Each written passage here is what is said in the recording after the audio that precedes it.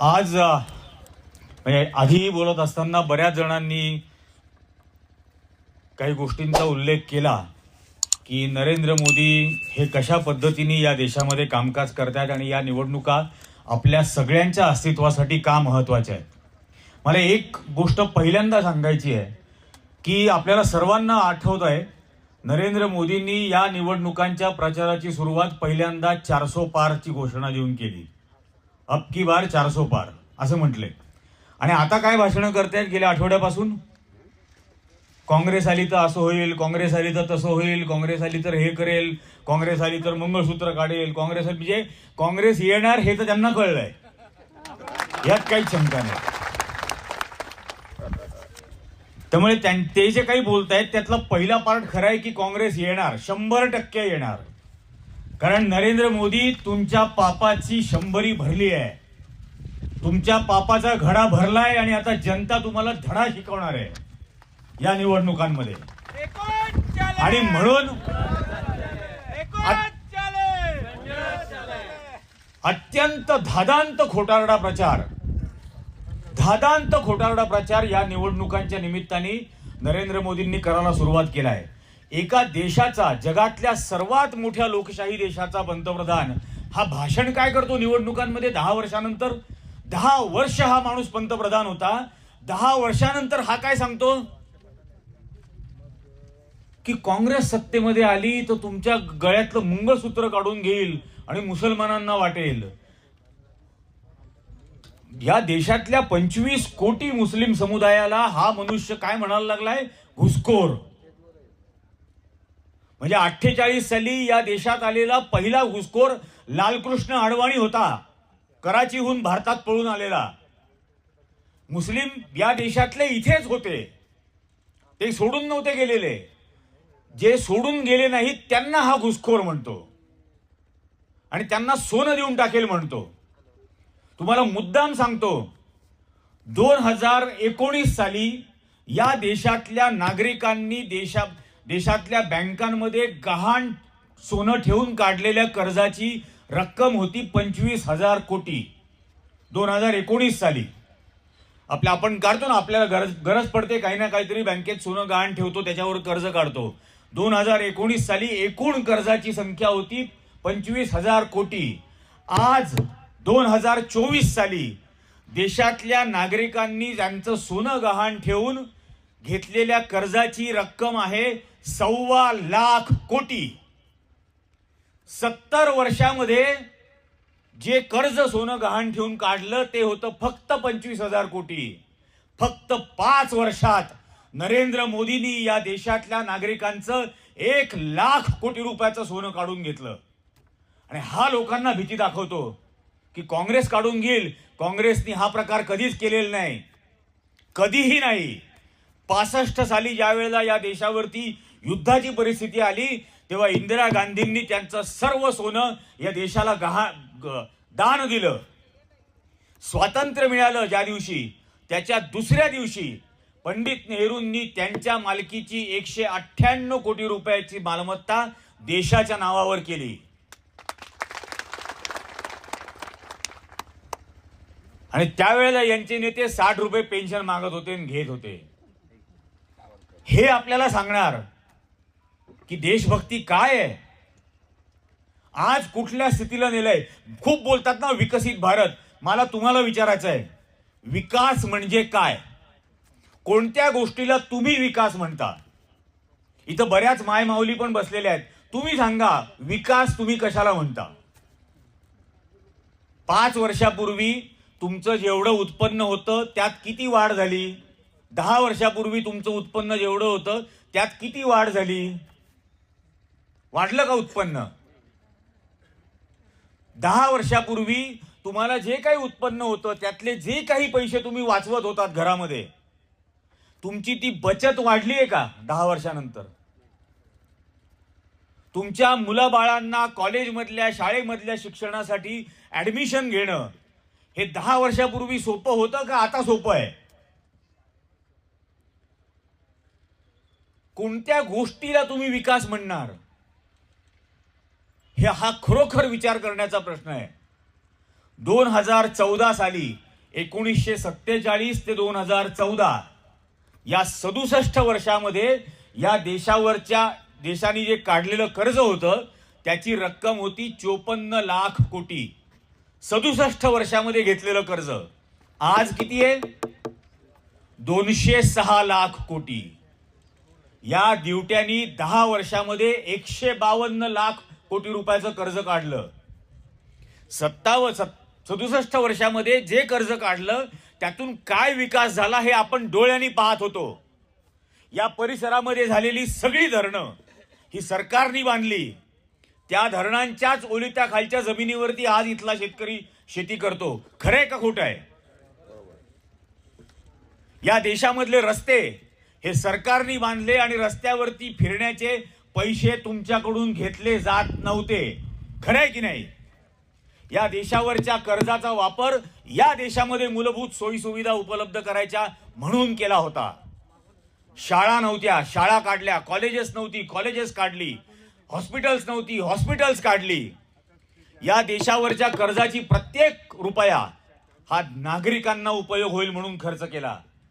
या दिवट्यांनी काढलेल्या 152 लाख कोटी रुपये कुठे खर्च झाले हे तरी दिसतात का? या 10 वर्षामध्ये पेट्रोल आणि डिझेलवरचा टॅक्स वाढवला की नाही? या पेट्रोल आणि डिझेलच्या वाढवलेल्या टॅक्स मधून तुमच्या माझ्याकडून किती रुपये यांनी गोळा केले 10 वर्षात कल्पना आहे? 28 लाख कोटी.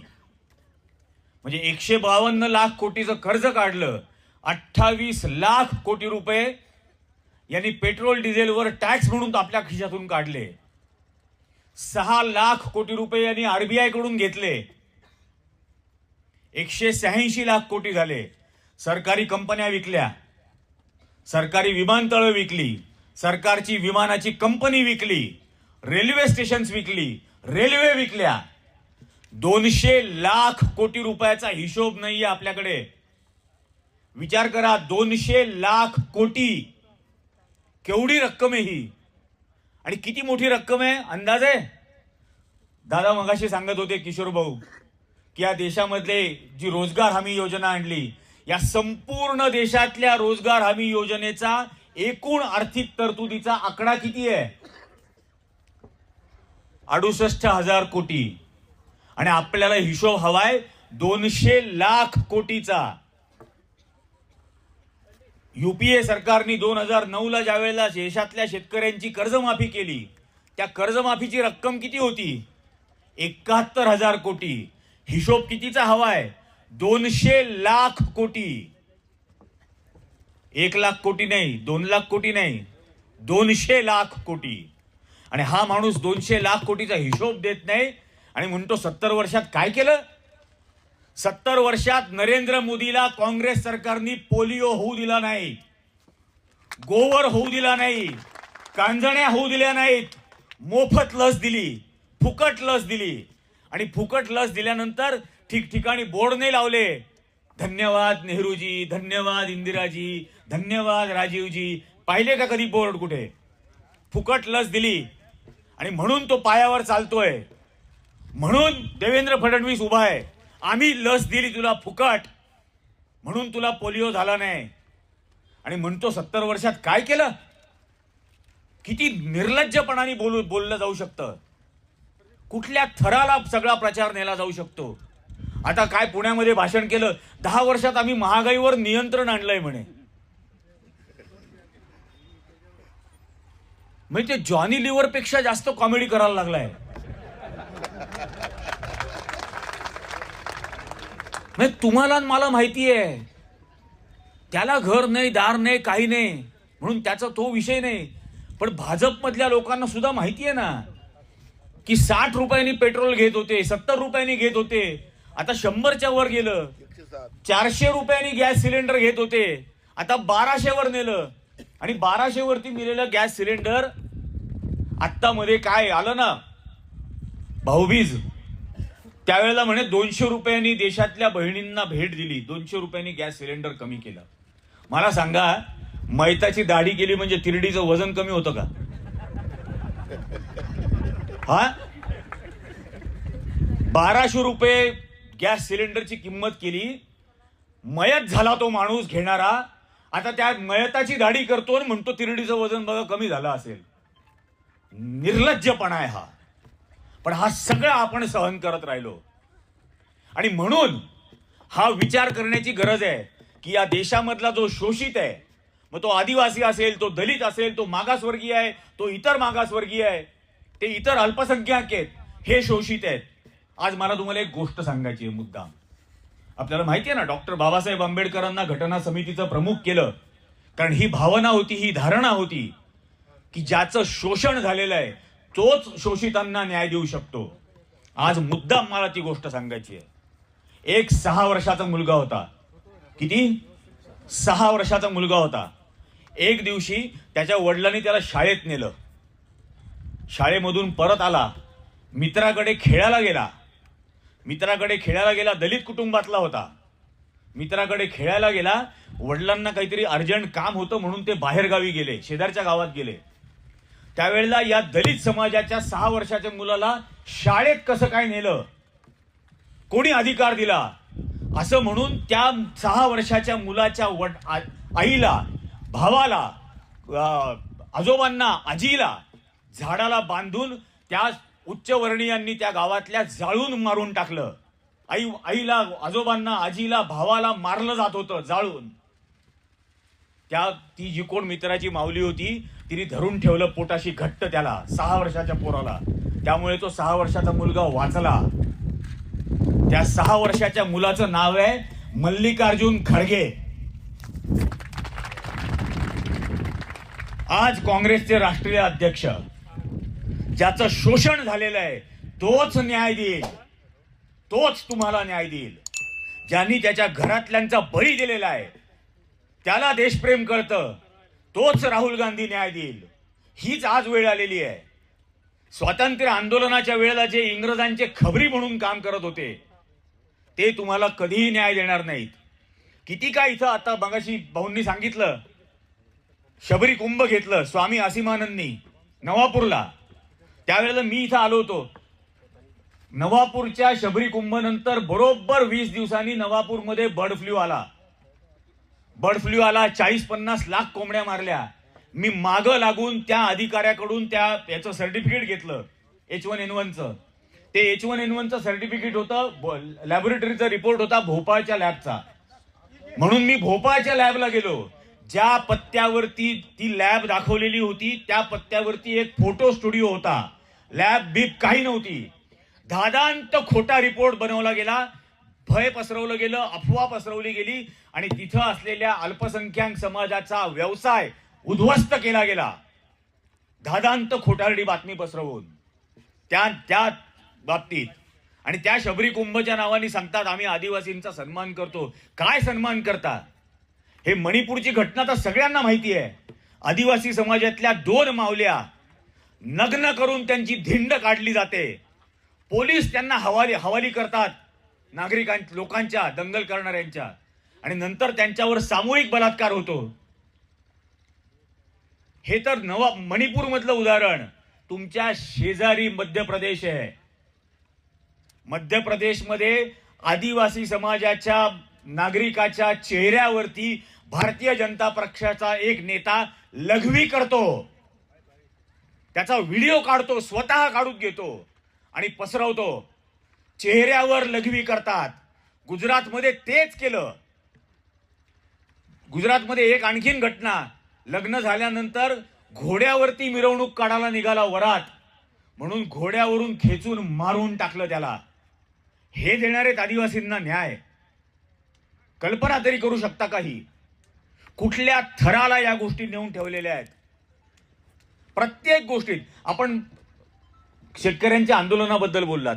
2-2.5 वर्षापूर्वी या राज्यामध्ये हमीभाव कसा काढतात हे पाहायला आणि प्रत्यक्ष उत्पादन खर्च किती आहे हे पाहायला मी लातूर पासून नागपूर पर्यंत गेलो होतो. प्रत्येक गावात थांबायचं, कोणतं पीक घेता, किती खर्च येतो, कुठल्या कुठल्या गोष्टीसाठी किती खर्च येतो, मजुरी किती दिवसाची लागते, स्वतः मजुरी किती दिवस करता, प्रत्येक गोष्टीची आकडेवारी काढत होतो. आणि ते काढल्यानंतर महाराष्ट्राच्या कृषी मूल्य आयोगाने उत्पादन खर्चाची जी शिफारस केली केंद्राला, त्याचा तक्ता घेतला. तुम्हाला खोटं वाटेल, महाराष्ट्र सरकारने सोयाबीनच्या सिंचनाचा खर्च, 1 हेक्टर सोयाबीनचा सिंचनाचा खर्च महाराष्ट्र सरकारने काढला 4 रुपये 70 पैसे.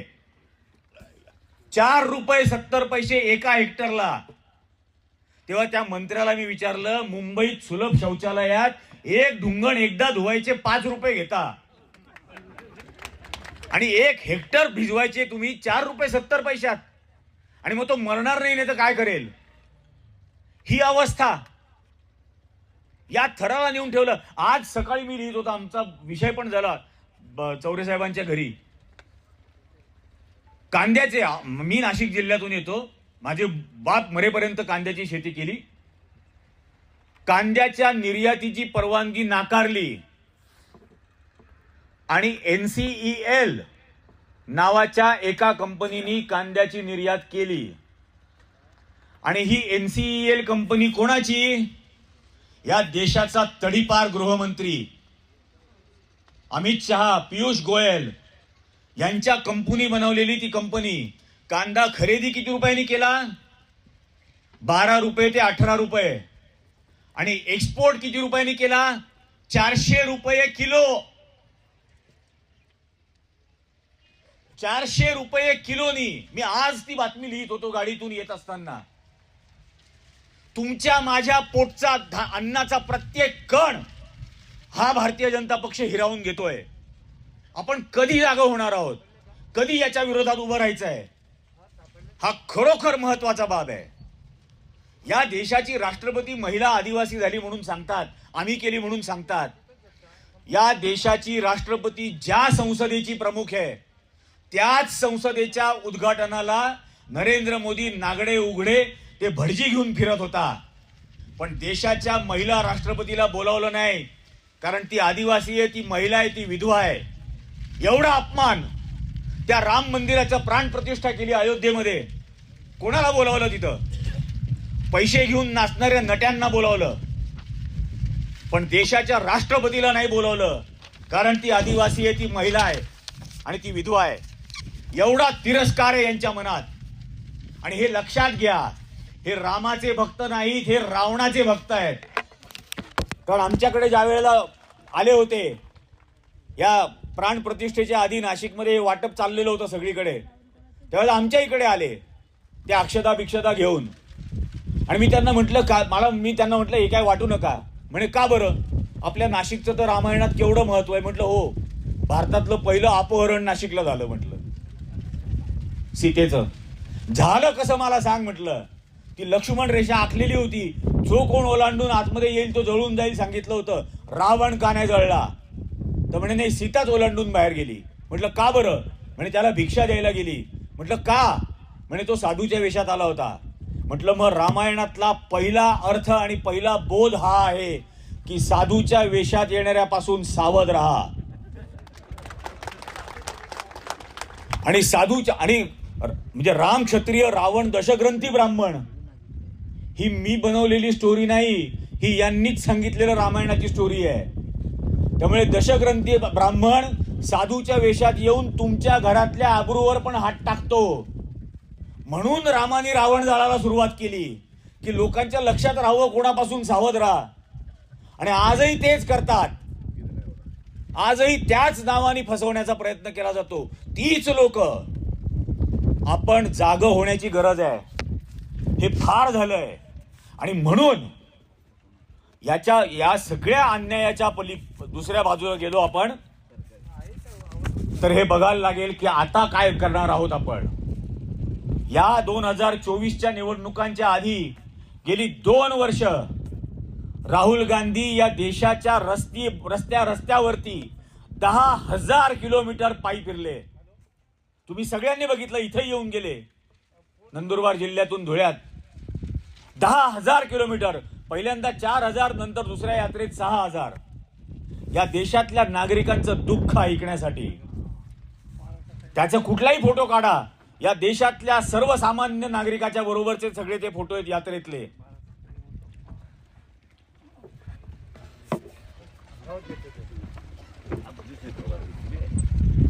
देशाच्या पंतप्रधान मोदींचे फोटो कुठे असतात? समुद्राच्या तळाशी कधीतरी बसलेला आहे, कधी मध्येच ते सोंगाड्यासारखं काय काय माळा घातलेल्या आहेत, कधी गुहेमध्ये जाऊन बसलाय, कधी समुद्रावरती फाईल घेऊन फिरतोय, कधी एवढी जाळी वाढवली, कधी एवढी केली, कधी एवढी केली. म्हणजे सोंगाड्या आहे का? मला खरंच असते, म्हणजे मी पत्रकार म्हणून अनेक वर्ष काम केलं. मी माझ्या देशाचा पंतप्रधान हा त्याच्या ऑफिसमध्ये बसून काम करतानाचे फोटो पाहिलेत, आणि याचे सगळे रिकामटेकडे उद्योग. अक्षरशः म्हणजे देश चालवतोय कोण असा प्रश्न पडावा इतके याचे फोटो सगळीकडचे असतात. आणि राहुल गांधी या दोन्ही यात्रांमध्ये, भारत जोडो यात्रा आणि भारत जोडो न्याय यात्रामध्ये, या देशातल्या सर्वसामान्य गोरगरीब कष्टकरी मागास अत्यंत पिछड्या अशा माणसाबरोबर होता. त्याचं दुःख जाणून घेत होता, त्याचे प्रश्न, त्याच्या समस्या, त्याचं काय उत्तर असेल हे जाणून घेण्याचा प्रयत्न करत होता. आणि म्हणून या यात्रेतून जन्माला आलंय काँग्रेसचं न्यायपत्र. आणि न्यायपत्र ही गॅरंटी आहे काँग्रेसने दिलेली, जी काँग्रेसने त्यांचं सरकार असलेल्या यापूर्वी कर्नाटकमध्ये पूर्ण केली, तेलंगणामध्ये पूर्ण केली, हिमाचलमध्ये पूर्ण केली. आणि म्हणून सांगितलं, हा काय बोलला, तुमची संपत्ती काढेल. काँग्रेसची गॅरंटी काय देते? ज्या 5 गॅरंट्या दिल्या की या देशातल्या प्रत्येक गरीब कुटुंबातल्या महिलेला, देशातल्या प्रत्येक गरीब कुटुंबातल्या महिलेला वर्षाला 1 लाख रुपये सरकार देईल. ही गॅरंटी दिली आहे. ते जे गॅरंटी कार्ड आहे त्या गॅरंटी कार्डवर सही आहे मल्लिकार्जुन खरगे आणि राहुल गांधींची. प्रत्येक कुटुंबाला, प्रत्येक गरीब कुटुंबातल्या महिलेला महिन्याला 8,500 रुपये, वर्षाला 1 लाख रुपये देईल. या देशातल्या प्रत्येक डिप्लोमा होल्डर किंवा पदवी किंवा पदविका असलेल्या मुलगा असो मुलगी असो, त्यांना अप्रेंटिसशिपची गॅरंटी आहे. त्यांना वर्षाला 1 लाख रुपये त्यांनाही दिलं जाईल. आणि नरेंद्र मोदींनी या देशातल्या 25 उद्योगपतींचे 16 लाख कोटी रुपये माफ केले. ते म्हणजे 15-20 जणांचे 16 लाख कोटी करण्याऐवजी या देशातल्या नागरिकांना 16 लाख कोटी दिले जातील.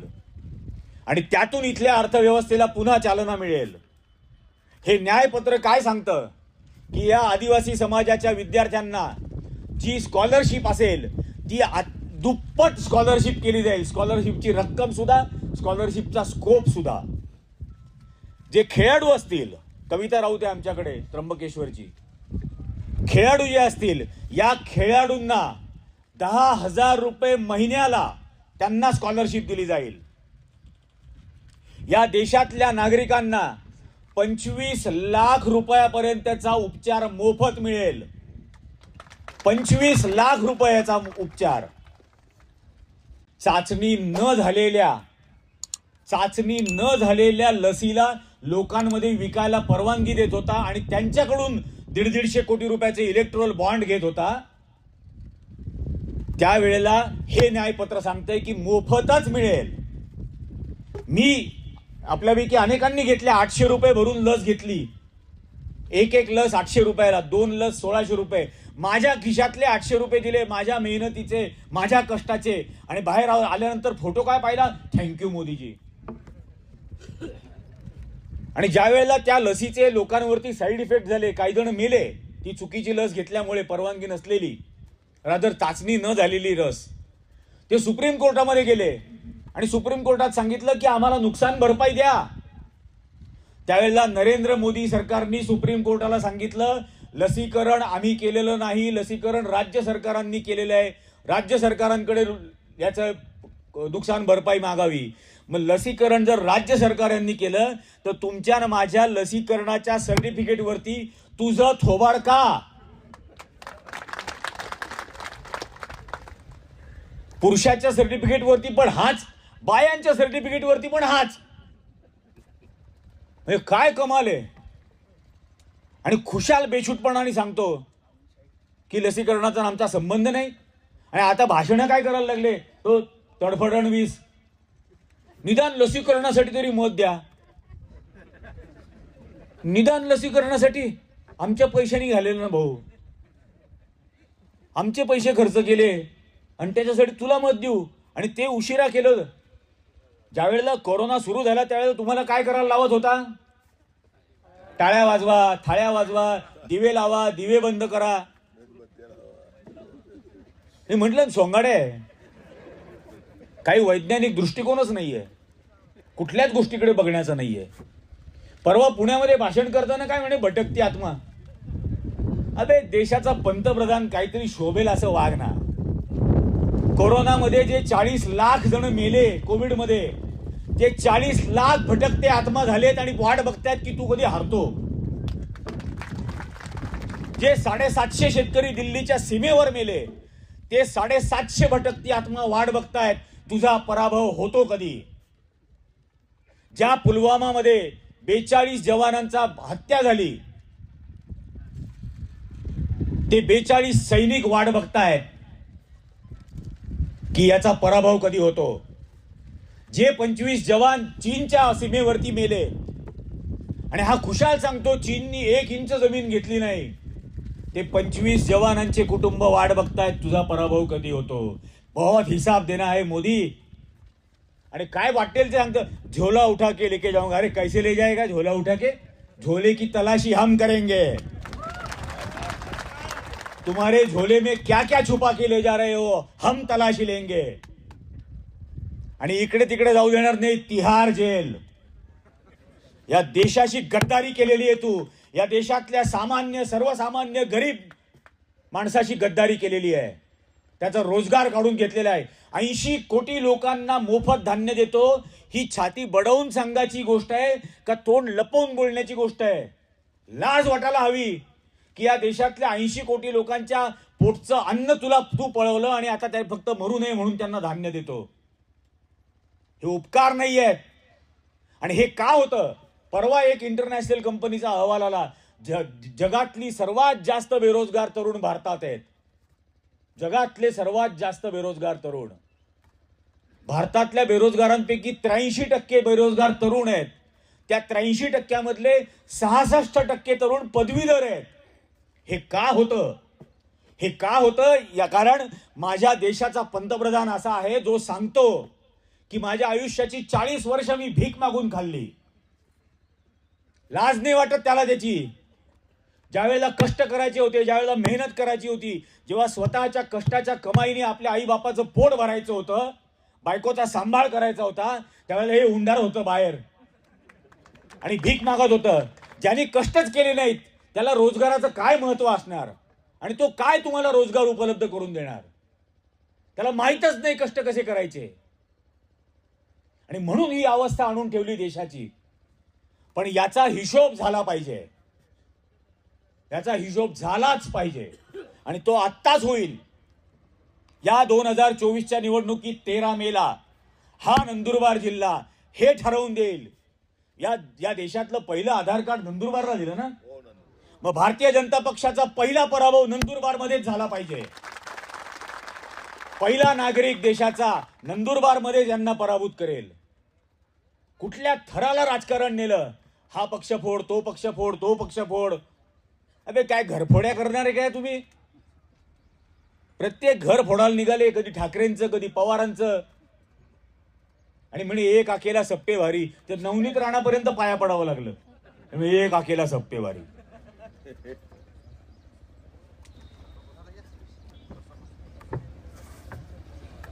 त्यामुळे आज या सगळ्या गोष्टींचा विचार करायचा आहे. 2 दिवसापूर्वी एक अत्यंत भयंकर प्रकरण समोर आलेलं आहे. इथं महिला बसलेल्या आहेत, इथं सर्व पुरुष बसलेले आहेत. आपल्याला आई आहे, आपल्याला बहीण आहे, आपल्याला मुलगी आहे, आपल्याला बायको आहे. 2 दिवसापूर्वी भारतीय जनता पक्षाच्या युतीचा कर्नाटक मधला एक उमेदवार प्रज्वल रेवण्णा, ज्याचा नरेंद्र मोदींनी प्रचार केला, 8 दिवसापूर्वी प्रचारात सांगितलं प्रज्वल रेवण्णाला मिळणारं मत मला ताकद देईल, त्याला मत म्हणजे मला मत. हे नरेंद्र मोदींनी छाती ठोक बोलला. त्या प्रज्वल रेवण्णानी त्याच्याच लॅपटॉपवर, फोनवरती रेकॉर्ड केलेले 2970 अश्लील व्हिडिओ समोर आलेत. म्हणजे 18-19 वर्षाच्या मुलीपासून 63 वर्षाच्या घरकाम करणाऱ्या बाईपर्यंत, त्याच्याच घरात काम करणाऱ्या बाईपर्यंत, त्याच्या पक्षाच्या खासदार आहेत, त्या तिथल्या अधिकारी आहेत, कॉर्पोरेट कंपन्यांमध्ये नोकरी करणाऱ्या महिला आहेत, त्या 63 वर्षाची आजीच्या वयाची बाई ती त्याला हात जोडून रडत रडत म्हणते की तुझ्या आजोबांना पण मी खाऊ घातलंय रे, मला तरी सोड. पण हा थांबत नाही. 2970 व्हिडिओ, अश्लील व्हिडिओ हे समोर येतात आणि समोर आल्यानंतर ज्यावेळेला त्याची केस कर्नाटक सरकार दाखल करतं, दुसऱ्या दिवशी तो माणूस पळून जातो जर्मनीला. या नरेंद्र मोदीचा उमेदवार हा महिलांची प्रतिष्ठा राखणार आणि हा म्हणतो प्रज्वल रेवण्णाला मत म्हणजे मला मत. अशा पद्धतीचं हा सन्मान या देशातल्या कष्टकऱ्यांबद्दल, या देशातल्या महिलांचा या पद्धतीने तू करणार. किती गलिच्छ थराला सगळं नेऊन ठेवलंय. हा होता का भारत? हा तुमचा माझा भारत होता का? आणि प्रियंका गांधी त्यांच्या आजारी असलेल्या मुलीला 3 दिवस भेटायला गेल्या तर हा तडीपार भाषण करतो की प्रियंका गांधी टुरिझम करतायत. म्हणजे प्रियंका गांधी 3 दिवस भेटायला जाणार आहेत मुलीला त्यांच्याच, हेची माहिती तुझ्याकडे आहे. पण 2970 अश्लील व्हिडिओ रेकॉर्ड करणारा प्रज्वल रेवण्णा हा जर्मनीला पळून जाणार आहे हे तुम्हाला माहित नाही. हे अशा सर्व प्रकारच्या अत्याचारांना संरक्षण देणारी माणसं आहेत. शेतकऱ्यांना चिरडून मारलं, भाऊंनी सांगितलं मगाशी, लखीमपूर खिरीला यांच्याच मंत्र्याचा पोरगा. हे खरंच विचार करा. ज्या संविधानाने मला हक्क दिले, अधिकार दिले आणि कर्तव्य सुद्धा सांगितली, तेच संविधान आम्हाला हवं. तो काहीतरी भाषण करतो काँग्रेस शर्यत आहे. काँग्रेसनी शर्यत नाही आणली, काँग्रेसनी संविधान आणलं आणि देश सुद्धा संविधानाच्या मार्गावर चालवला. एक मात्र नक्की, मनुस्मृतीवरती हा देश चालू देणार नाही, 1 मिनिट सुद्धा चालू देणार नाही. जो जाती जाती, धर्माधर्मात, स्त्री पुरुषांमध्ये, गरीब श्रीमंतांमध्ये, अशिक्षित शिक्षितांमध्ये फक्त भेदभाव करतो, द्वेष निर्माण करतो, त्या मनुस्मृतीवर हा देश 1 सेकंदही चालू देणार नाही. हे स्वातंत्र्य आम्हाला मिळालं कारण आमच्या वाडवडिलांनी किंमत चुकवली. हे स्वातंत्र्य टिकवायचं असेल तर आपल्याला किंमत चुकवायला लागेल आणि आपण चुकवू. पण हे स्वातंत्र्य अबाधितच ठेवू. या 2024च्या निवडणुकीमध्ये 13 तारखेला नंदुरबार जिल्ह्यातून ही सुरुवात झाली पाहिजे की नंदुरबार लोकसभा मतदारसंघामध्ये काँग्रेस पक्षाचे इंडिया आघाडीचे जे उमेदवार आहेत, ॲडव्होकेट पाडवी, गोवाल पाडवी, यांना प्रचंड मतांनी विजयी करायचं आहे. 7 वाजता मतदान सुरू होईल, 6 वाजता इथं लाईन लागल्या पाहिजेत आणि 100% मतदान करायचं आहे आणि यांचा संपूर्ण पराभव करायचा आहे. तरच आपण हा देश वाचवू शकू. तरच या देशाची संस्कृती आणि स्वातंत्र्य, हे समता, बंधुता, न्याय हे आपल्याला टिकवता येईल. एवढा निर्धार आपण आजच्या निमित्ताने या ठिकाणी करू. येणाऱ्या काळामध्ये पुन्हा एकदा भारत त्याच प्रगतिशील लोकशाही मार्गावर चालेल हा निश्चय या निमित्ताने करू. या निमित्ताने या आजच्या सभेसाठी मला बोलावलं, याबद्दल मी पुन्हा आयोजकांचे अगदी मनपूर्वक आभार मानतो. जय हिंद, जय भीम, जय महाराष्ट्र.